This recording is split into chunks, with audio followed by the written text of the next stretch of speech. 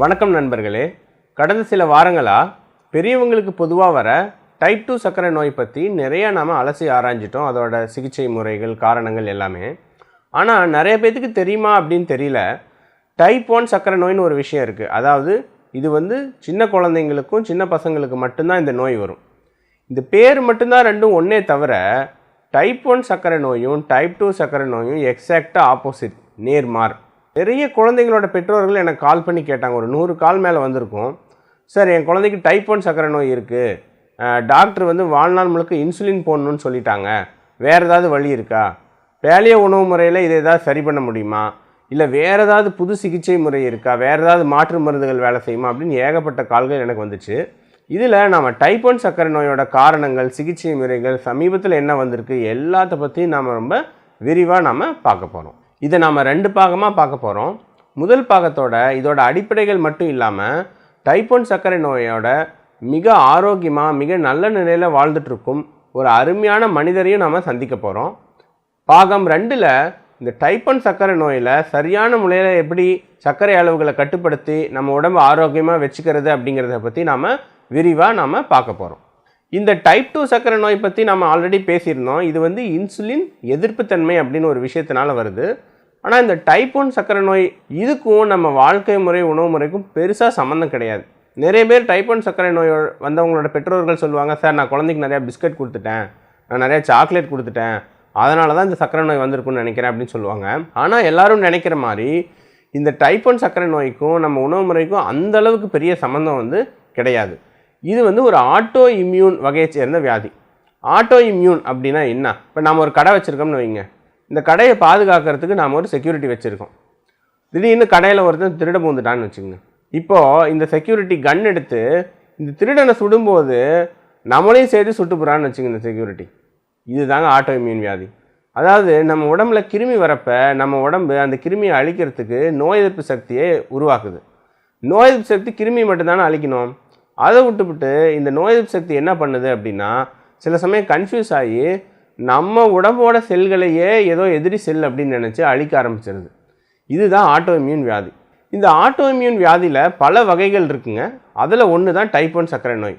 Type 1 நோய் சின்ன பசங்களுக்கு இருக்கும் அப்படின்னு நான் சொன்னதுனால இது பிறந்ததுலேருந்தே இருக்கும் அப்படின்னு அர்த்தம் கிடையாதுங்க. இது ஒரு அக்வேர்டு வியாதி. அதாவது வாழ்க்கையில் திடீர்னு எப்போ வேணாலும் வர வியாதி தான்.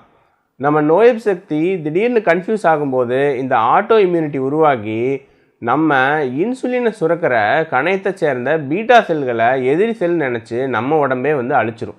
இந்த பீட்டா செல்கள் அழிகிறதுனால என்ன பிரச்சனை அப்படின்னா, இன்சுலின் சுத்தமாக காலி ஆகிடும். இந்த டைப் 2 சர்க்கரை நோயில் பீட்டா செல்கள் மெதுவாக கொஞ்சம் கொஞ்சமாக அழியும். ஆனால் இந்த டைப் 1 சர்க்கரை நோயில் ஒரே அடியாக பீட்டா செல்கள் சுத்தமாக காணாமையே போயிடும். ஸோ இன்சுலின் அப்படிங்கிறது சர்க்கரை அளவுகள் கட்டுப்படுத்துறதுக்கு அப்படின்னு உங்களுக்கு எல்லாத்துக்குமே தெரியும். ஆனால் இன்சுலினோட ஒரே வேலை சர்க்கரை அளவுகள் கட்டுப்படுத்துறது மட்டும் இல்லைங்க. அதாவது இன்சுலினுக்கு சர்க்கரை அளவுகள் கட்டுப்படுத்துறதை தவிர உடம்புல ஒரு 25-30 வேலைகள் இருக்குது. நம்ம உயிர் வாழ்கிறதுக்கு அதி முக்கியமான ஹார்மோன் இன்சுலின். ஸோ தீவிர இன்சுலின் பற்றாக்குறை, சுத்தமாக இன்சுலின் காலி ஆகிடுது இந்த டைப் 1 சர்க்கரை நோயில். ஸோ அப்படி காலி ஆகும்போது என்ன நடக்குது அப்படின்னா, இந்த இன்சுலின் பற்றாக்குறையினால் நம்ம உடம்புல இருக்கிற தசைகள், கொழுப்புகள் எல்லாமே உருக ஆரம்பிச்சிருது. உடம்பு வேகமாக இளைக்க ஆரம்பிச்சிருது.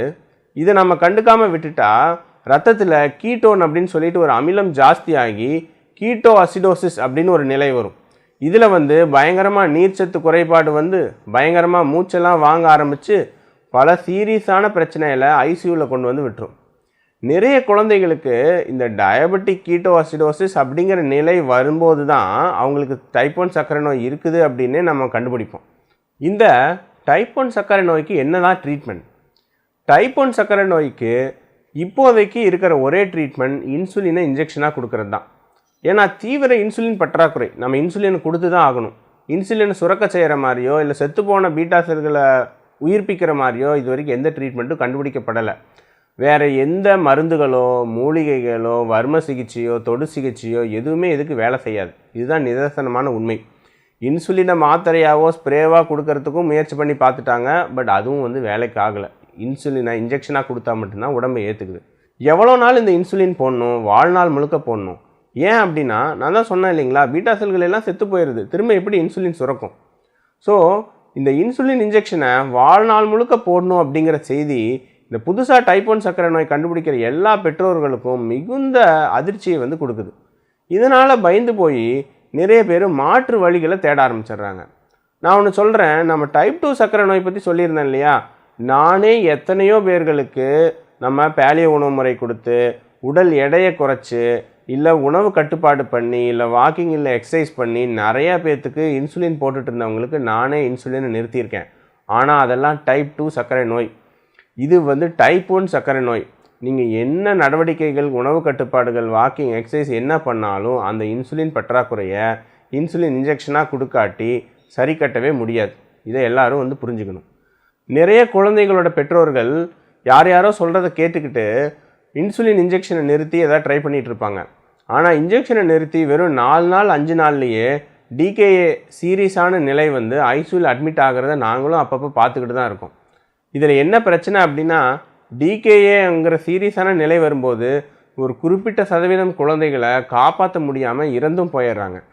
ஸோ இந்த அளவுக்கு ஒரு விபரீத முயற்சி பண்ணணுமா? தேவையே கிடையாது.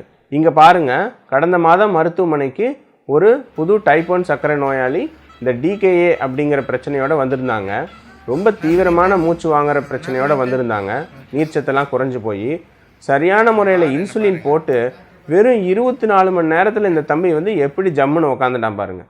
ஸோ இந்த அளவுக்கு இன்சுலின் வந்து பெரிய மாற்றங்களை வந்து ஏற்படுத்தும். பெற்றோர்களோட சம்மதத்தை வாங்கி நான் என்னோடய பேஷண்ட்டோட வீடியோவை போடுறதுக்கு காரணம் என்ன அப்படின்னா, இதை பற்றி ஒரு விழிப்புணர்வு ஏற்படுத்தணும் அப்படிங்கிறதுக்காக தான்.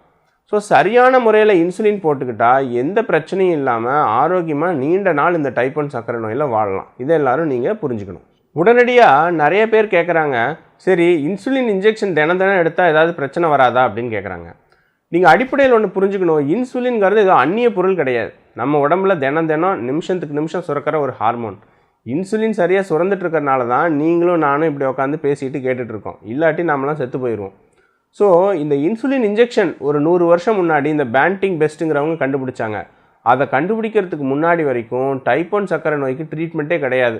டைப் 1 சர்க்கரை நோய் வந்தால் குழந்தைங்க சில நாட்கள் சில வாரங்களில் இறந்து போயிடுவாங்க. இந்த அளவுக்கு பிரச்சனையாக இருந்துச்சு. இப்போ இன்சுலின் இன்ஜெக்ஷன் ஒரு விஷயம் இருக்கிறதுனால தான் அவங்களாம் உயிரோடவே இருக்காங்க.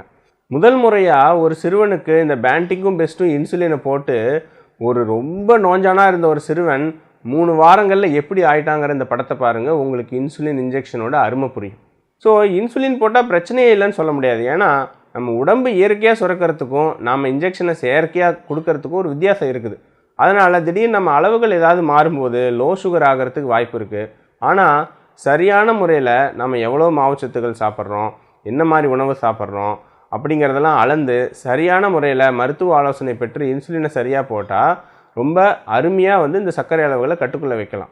நிறைய பேர் இன்னொன்றும் தப்பாக புரிஞ்சுக்கிறாங்க. இன்சுலின் இன்ஜெக்ஷன் சின்ன வயசுலேருந்து போடுறதுனால தான் அவங்களுக்கு கிட்னி ப்ராப்ளம்லாம் வருதுன்னு. அது நான் ஏற்கனவே பல வீடியோக்களில் சொல்லியிருக்கேன். இன்சுலின் இன்ஜெக்ஷன் போகிறதுனால அவங்களுக்கு வராது, சரியான முறையில் கட்டுப்படாமல் விடுறதுனால தான் வரும். இன்சுலின் இன்ஜெக்ஷன் போட்டாலும் நிறைய பேர் இந்த HbA1c-யை 10, 12ன்னு ரொம்ப அதிகமாக வச்சுருக்காங்க. இந்த மாதிரி வச்சுட்டா என்ன ஆகும்னா, சீக்கிரம் கிட்னி பாதிப்பு, கண் பாதிப்பு, இந்த மாதிரி தீவிர பாதிப்புகள் வந்துடும். சரியான முறையில் இந்த இன்சுலினை கொடுத்து சரியான முறையில் நம்ம உணவு முறை எடுத்துக்கிட்டோம் அப்படின்னா இந்த டைப் 1 சர்க்கரை நோயை அருமையாக கட்டுக்குள்ளே வச்சு 60 வருஷம் 70 வருஷம் ஆரோக்கியமாக நீங்கள் உயிர் வாழலாம். சரி, இந்த டைப் 1 சர்க்கரை நோயோட சிகிச்சையில் புதுசாக என்னென்ன கண்டுபிடிப்புகள், என்னென்ன மாற்றங்கள்லாம் நடந்துகிட்ருக்கு பார்ப்போம். அதாவது ஆர்டிஃபிஷியல் பேன்க்ரியாஸ் அப்படின்னு ஒரு விஷயத்தை கண்டுபிடிச்சிருக்காங்க. அதாவது நம்ம கணையை எப்படி நம்ம உடம்புல இருக்க சர்க்கரை அளவுகளுக்கு ஏற்ற மாதிரி இன்சுலின் சுரக்குதோ, அதே மாதிரி இந்த சிஸ்டத்தில் நம்ம உடம்புல ஒரு சென்சார் எப்பவுமே ஒட்டியிருக்கும். அது வந்து நம்ம ரத்த சர்க்கரை அளவுகள் அப்பப்போ கண்டுபிடிச்சிட்டே இருந்து அதுக்கேற்ற மாதிரி ஒரு பம்ப் மூலமாக தேவையான அளவுக்கு இன்சுலினை நம்ம கணைய மாதிரியே சுரக்கும். இதுதான் ஆர்டிஃபிஷியல் பேன்க்ரியாஸ். ரெண்டாவது, நான் எப்பவும் அறிவுறுத்துகிற இந்த பேலியோ உணவு முறை மூலமாக டைப் 1 சர்க்கரை நோயும் அருமையாக கட்டுக்குள்ளே வைக்கலாம் அப்படின்னு சமீபத்திய ஆராய்ச்சிகள் நிறைய சொல்லுது.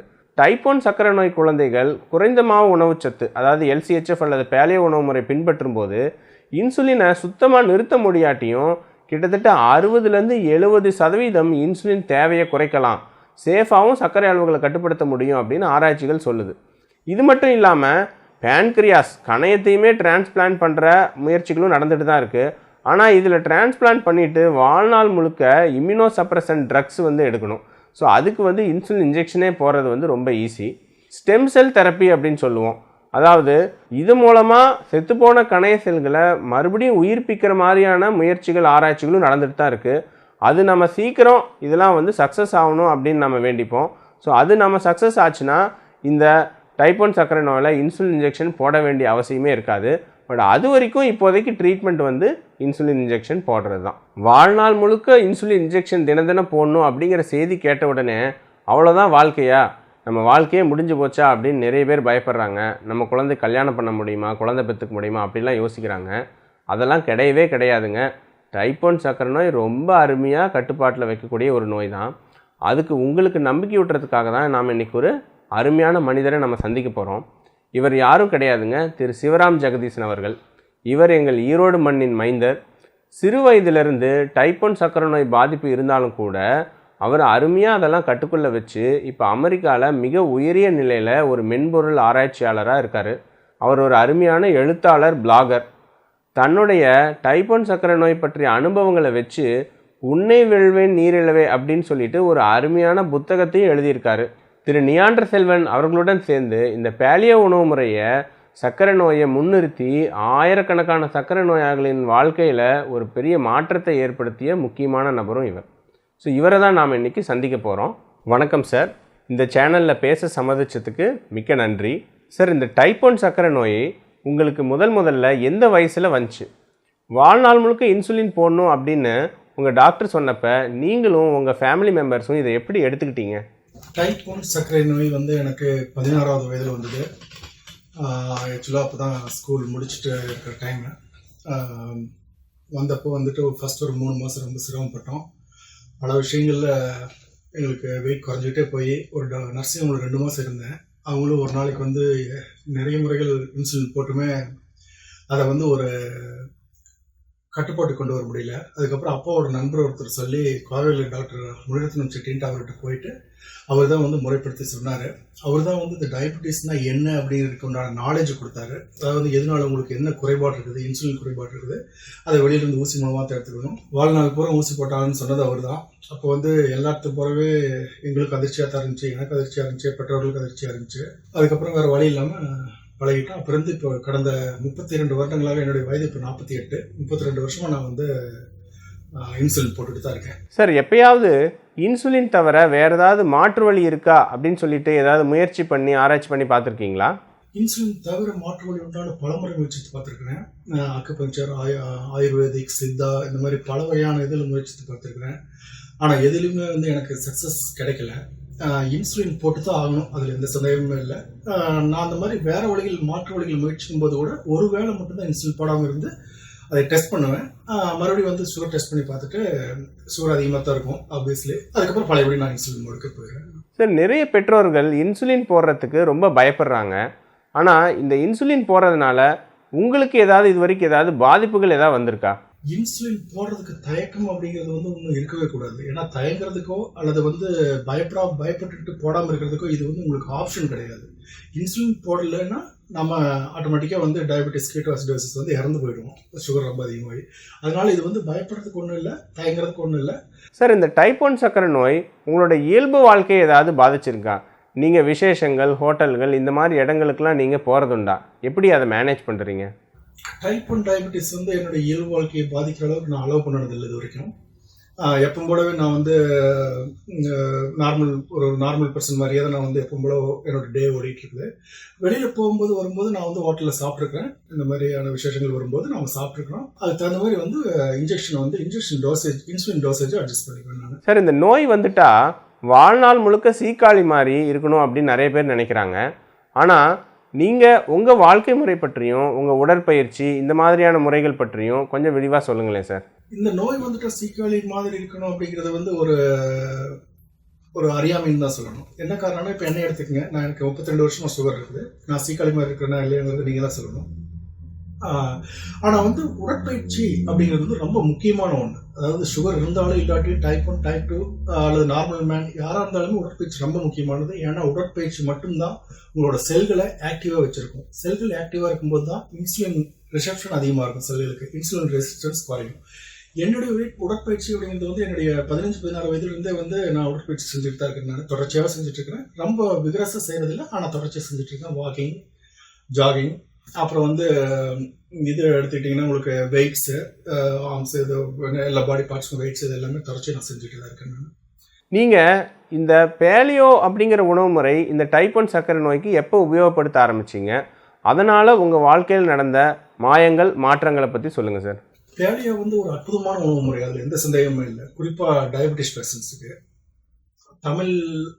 தமிழகத்தை பொறுத்த வரைக்கும் நியாண்டர் செல்வன் அவர்களால் அறிமுகப்படுத்தப்பட்ட இந்த பேலியோ உணவு முறைங்கிறது வந்து உங்களுக்கு பல பேர்த்தோட வாழ்க்கையில் வந்து பல நல்லதுகளை செஞ்சுருக்கு. இதுக்காக வந்து ஆரோக்கியம் நல்வாழ் குரூப், சர்க்கரை இல்லாத குரூப், இந்த மாதிரி பல குரூப்புகள் நாங்கள் வச்சு நடத்திட்டு வரோம். இது ஆரம்பிக்கிறப்போ வந்து ரொம்ப யோசனையாக தருந்துச்சு எனக்குமே. என்ன இவ்வளோ கொழுப்பு சாப்பிட சொல்கிறாங்களே, இவ்வளோ டோட்டலாக வந்து கார்பு நிறுத்திட்டுலாம் பண்ண முடியுமா அப்படின்லாம் இருந்துச்சு. ஒன் ஃபைன் மார்னிங் நான் வந்து ஆரம்பித்தேன். நான் பேலியோ 100 கிராம் பாதாம் சாப்பிட்டு நான் வழக்கம்போடு இன்ஜெக்ஷன் எடுத்துக்கிட்டேன். நான் 60 யூனிட்ஸ் ஒரு வேலைக்கு. அது வந்து போட்ட உடனே 15-20 நிமிஷத்துலேருந்து ரொம்ப மிக மிக மோசமான அளவில் லோ சுகர் ஆச்சு. அதுக்கப்புறம் கிட்டத்தட்ட 1/2 கிலோ வரைக்கும் ஐஸ்கிரீம் சாப்பிட்டு தான் அது சரி பண்ண முடிஞ்சது. அதுக்கப்புறம் தான் இது எந்த அளவுக்கு சுகர் குறைக்கிறதுங்கிறத தெரிஞ்சுக்கிட்டு நானே டோட்டலாக வந்து மறுபடியும் வந்து செல்வன்ஜி எல்லாத்துக்கிட்டையும் கேட்டு இன்னும் நிறைய தெரிஞ்சுக்கிட்டு புத்தகம் கூட எழுதியிருக்கேன், உன்னை விட வேண்டியதில் வேணும். அது நீங்கள் படித்து பார்த்தீங்கன்னா உங்களுக்கு இது பேலியோ மூலமாக எப்படி கண்ட்ரோல் பண்ணலாங்கிறது உங்களுக்கு நல்லாவே தெரியும். இந்த டைப் 1 சர்க்கரை நோய் வந்துட்டா வாழ்க்கையே முடிஞ்சுதுன்னு பல பேர் நினைக்கிறாங்க. நீங்கள் இந்த நோயோட உங்கள் வாழ்க்கையில் எட்டிய உயரங்களை பற்றி எங்களுக்கு கொஞ்சம் சொன்னீங்கன்னா எல்லாருக்கும் ரொம்ப ஒரு தெம்பாக இருக்கும். நான் என்னுடைய 16வது வயதில் சர்க்கரை வியாதி வந்துச்சு. அப்போ நான் வந்து ஸ்கூல் முடிச்சிருந்தேன், காலேஜ் ஜாயின் பண்ணேன். காலேஜ் முடிச்சேன். இப்போ போல் நார்மலாக மற்றவங்க எல்லாத்து மாதிரியே தான் காலேஜ் முடித்தேன். 22வது வயதில் எனக்கு திருமணம் ஆச்சு. குழந்தைகள் இருக்காங்க, ஒரு பொன் குழந்தை, ஒரு பையன் இருக்கான். 2 பேரும் காலேஜ் படிச்சுட்டு இருக்காங்க. இப்போ மற்றபடி வந்து நான் அங்கே வந்து சாஃப்ட்வேர் கன்சல்டிங் பிஸ்னஸ் பண்ணிட்டு இருந்தேன் இந்தியாவில் இருந்த வரைக்கும். 98ல் யூஎஸ் வந்தேன். அதுக்கப்புறம் வந்து எப்பவும் போல் மற்ற நார்மல் மனிதர்கள் போலவே தான் நான் ஒரு டீசென்ட் லைஃப் லீட் பண்ணிட்டு இருக்கேன். நான் எனக்கு சுகர் இருக்குது அப்படிங்கிறது நான் சொல்லாமல் மற்றவங்களுக்கு தெரியாது. அதாவது என்னுடைய உடம்பு வச்சோ, உடல்நிலையை வச்சோ, ஆரோக்கியத்தை வச்சோ மற்றவங்களால கண்டுபிடிக்க முடியாது. அந்த மாதிரி தான் நான் வந்து லீட் பண்ணிட்டு இருக்கேன். அறிவுரை அப்படிங்கிறதுன்னு சொல்கிறத விட அறிவுரை யார் சொன்னாலும் கேட்க மாட்டாங்க. சஜஷன் சொல்லலாம். முக்கியமாக வந்து என்னன்னா, உங்களுக்கு லோ சுகர் பற்றிய உங்களுக்கு எண்ணம் வந்து எப்பவுமே உங்கள் மனசில் இருந்துகிட்டே இருக்கணும். எங்காவது நீங்கள் போகிறீங்க வர்றீங்க எல்லா நேரத்துலையும் வந்து உங்களுக்கு வந்துட்டு அந்த லோ சுகர் எப்போ வந்துடும், அதாவது சாப்பிட்டு ஒரு 3 மணி நேரம் ஆயிடுச்சுன்னா இன்ஜெக்ஷன் போட்டிருக்கும்போது லோ சுகர் வரும். அதையெல்லாம் கால்குலேட் பண்ணி தான் நீங்கள் எப்பவுமே உங்களோட வாழ்க்கையை அமைச்சுக்கணும். ஒரு உதாரணத்துக்கு அன்யூஷுவல் எக்ஸர்ஷன் வந்து ரொம்ப தப்பு. அதாவது திடீர்னு வந்து உங்களுக்கு வந்துட்டு ஒரு பிளான்ல இல்லாமல் திடீர்னு ஒரு 1 மணி நேரம் நடக்கிறது, 2 மணி நேரம் நடக்கிறது, ஒரு மால்க்கு போய் நடக்கிறது, அல்லது ஒரு மலை மேலே ட்ரெக்கிங் போகிறது, அந்த மாதிரி எல்லாம் பண்ணுறதா இருந்தால் அதுக்கு முன்னாடி நீங்கள் இன்சுலினோட அளவு குறைச்சிக்கிட்டோ அல்லது கையில் சாக்லேட் வச்சுக்கிட்டே இருக்கணும். இப்போ உங்களை பற்றி உங்களுடைய வீட்டில் உங்களுடைய நெருங்கிய நண்பர்கள், மற்றவங்க எங்கே ரெகுலராக நீங்கள் போயிட்டு வராங்க எல்லா இடத்துக்கும் உங்களை பற்றி தெரிஞ்சிருக்கணும். அதாவது வந்து நீங்கள் எல்லா நேரத்துலையும் உங்களுடைய லோ சுகரை நீங்களே கண்டுபிடிச்சு சரி பண்ணி, நீங்களே சாக்லேட் சாப்பிட்டு சரி பண்ண முடியாத ஒரு நிலைமை வரலாம். திடீர்னு அட்டாக் மாதிரி கூட வந்துடலாம். அந்த மாதிரி நேரத்தில் அவங்களுக்கு தெரியணும் என்ன செய்யறதுன்ட்டு. பேலியோவை பொறுத்த வரைக்கும் எல்லா வகையான இன்சுலின்களும் பேலியோவுக்கு ஒத்து வராது. அது உங்களுடைய மருத்துவரை பார்த்து நீங்கள் உங்களுக்கு எந்த வகையை ஒத்து வரும் அப்படிங்கிறது தெரியணும். அப்புறம் இன்னொன்று வந்து டைப் 1 டயபெட்டிஸ் அல்லது டைப் 2 டயபெட்டிஸ் எது இருந்தாலுமே உங்களுக்கு வந்துட்டு ஒவ்வொரு 6 மாதத்துக்கு ஒரு தடவையோ அல்லது முடிந்த இன்னும் 3 மாதத்துக்கு ஒரு முறை கூட பிளட் டெஸ்ட் பண்ணிகிட்டே இருக்கணும். டாக்டர் விசிட்டை மறக்கவே கூடாது. டாக்டர் சொல்கிறது தட்டாமல் செய்யணும். உங்களுடைய டைப் 1 சர்க்கரை நோய் பற்றிய உங்கள் வாழ்க்கை அனுபவங்களை மிக அருமையாக நீங்கள் எல்லாத்துக்கும் பகிர்ந்துக்கிட்டீங்க. மிக்க நன்றி. சரிங்க, நாம் மிக அருமையான மனிதரை நாம் சந்தித்தோம். டைப் 1 சர்க்கரை நோயினால் பாதிக்கப்பட்ட குழந்தைகளோட பெற்றோர்களுக்கு இந்த பேட்டி ஒரு பெரிய புத்துணர்வையே ஏற்படுத்தியிருக்கும் அப்படின்னு நான் கட்டாயம் நம்புகிறேன். ஸோ டைப் 1 சர்க்கரை நோய் ரொம்ப பயப்பட வேண்டிய அல்லது கவலைப்பட வேண்டிய நோயே கிடையாதுங்க. சரியான முறையில் இன்சுலின் போட்டு சரியான முறையில் உணவு கட்டுப்பாடுகள் எல்லாமே பண்ணால் ரொம்ப வருஷம் மற்ற எல்லாரையும் போல் நார்மலாக வந்து வாழலாம். நாம் இந்த வீடியோவோட அடுத்த பாகத்தில் டைப் 1 சர்க்கரை நோயாளிகளுக்கான சரியான உணவு முறை எது அப்படிங்கிறத பற்றி பார்க்க போகிறோம். எய்தர் சாதாரண இட்லி தோசை அந்த மாதிரி உணவு முறையிலையோ அல்லது இந்த பேலியோ உணவு முறையிலையோ சரியான அளவில் உணவுகள் எடுத்து எப்படி சர்க்கரை அளவுகளை கரெக்டாக கண்ட்ரோலில் வச்சுக்கிறது அப்படிங்கிறத பற்றி தான் நம்ம டீட்டெயிலாக அடுத்த பாகத்தில் பார்க்க போகிறோம். தவறாமல் பாருங்கள். தொடர்ந்து இணைந்திருங்கள். இந்த சேனலுக்கு சப்ஸ்கிரைப் செய்யுங்க. மேலும் நிறைய மருத்துவ விஷயங்களை பற்றி நம்ம விரிவாக பேசுவோம். நன்றி.